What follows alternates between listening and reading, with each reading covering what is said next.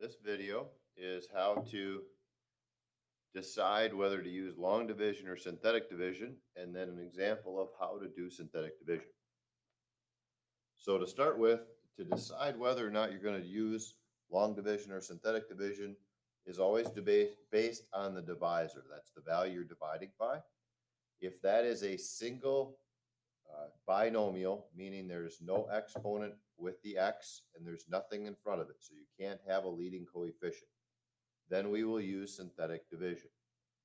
If you take a look at this one down here, this one has a 2 out front and an x squared. So both of those things, synthetic division won't work. So the bottom one, you have to do long division.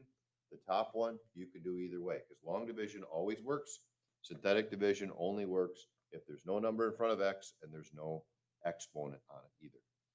So let's walk through how to do synthetic division. To start with, what you do is you make a little table. And this table is set up so that you can repeat it over and over again without having to recopy the numbers. The second piece is we take a look at the divisor. And what we're going to do is use the opposite of that, or the zero. The zero for this answer is 3 because it's what makes the parenthesis part 0. So we're going to use a positive value or opposite of whatever sign is here. Then we list the rest of the function inside. 3x to the 5th minus 4x to the 4th plus 2x minus 5. Then we need to double check that because if the exponents don't go from biggest to smallest and we're missing some different pieces, we need to put zeros in those locations. So if you notice, we have an exponent of 5, a 4. We're missing an exponent of 3 and an exponent of 2. So in those places, we're going to put zeros.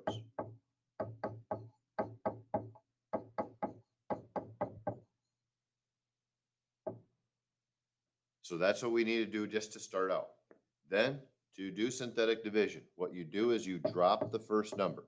So you don't do any calculation with it, you just drop the first number. Don't worry about the exponents, we're going to worry about those at the very end. So drop the first number. Then you take the number out front, which is the 3, and we're going to multiply that with this 3. And your answer is going to go in this next slot. So 3 times 3 makes 9. And I'm going to put that in this slot right here. And then from this point on, the process is always going to be the same. You're going to add down.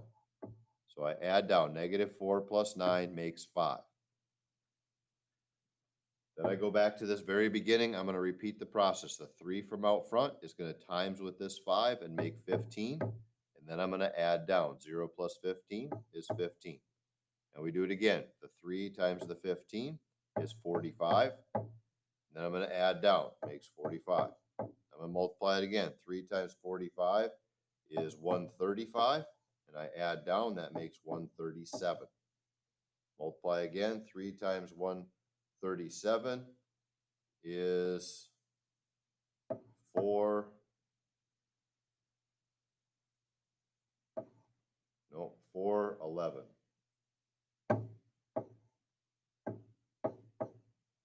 And then we add down, that makes 406. When we're all done, if there's a number at the very end, that is called my remainder. That's what's left over. Then all the rest of these, you're going to start from the right and put your exponents on it. So the first one won't have any x's or exponents. And it was a positive, so we put a plus there. Then this one, the next one is going to have a single x value. And then that was added, so we put a plus. The next one's going to be squared. And then the next one's going to be cubed. And the last one is going to be to the 4th power. So what ends up happening when you do synthetic division is your exponents are going to be one less than what you began with. If there's a remainder, then we can't divide again. If there is not a remainder, then we can repeat this process over and over again. That's a reminder of how to do synthetic division.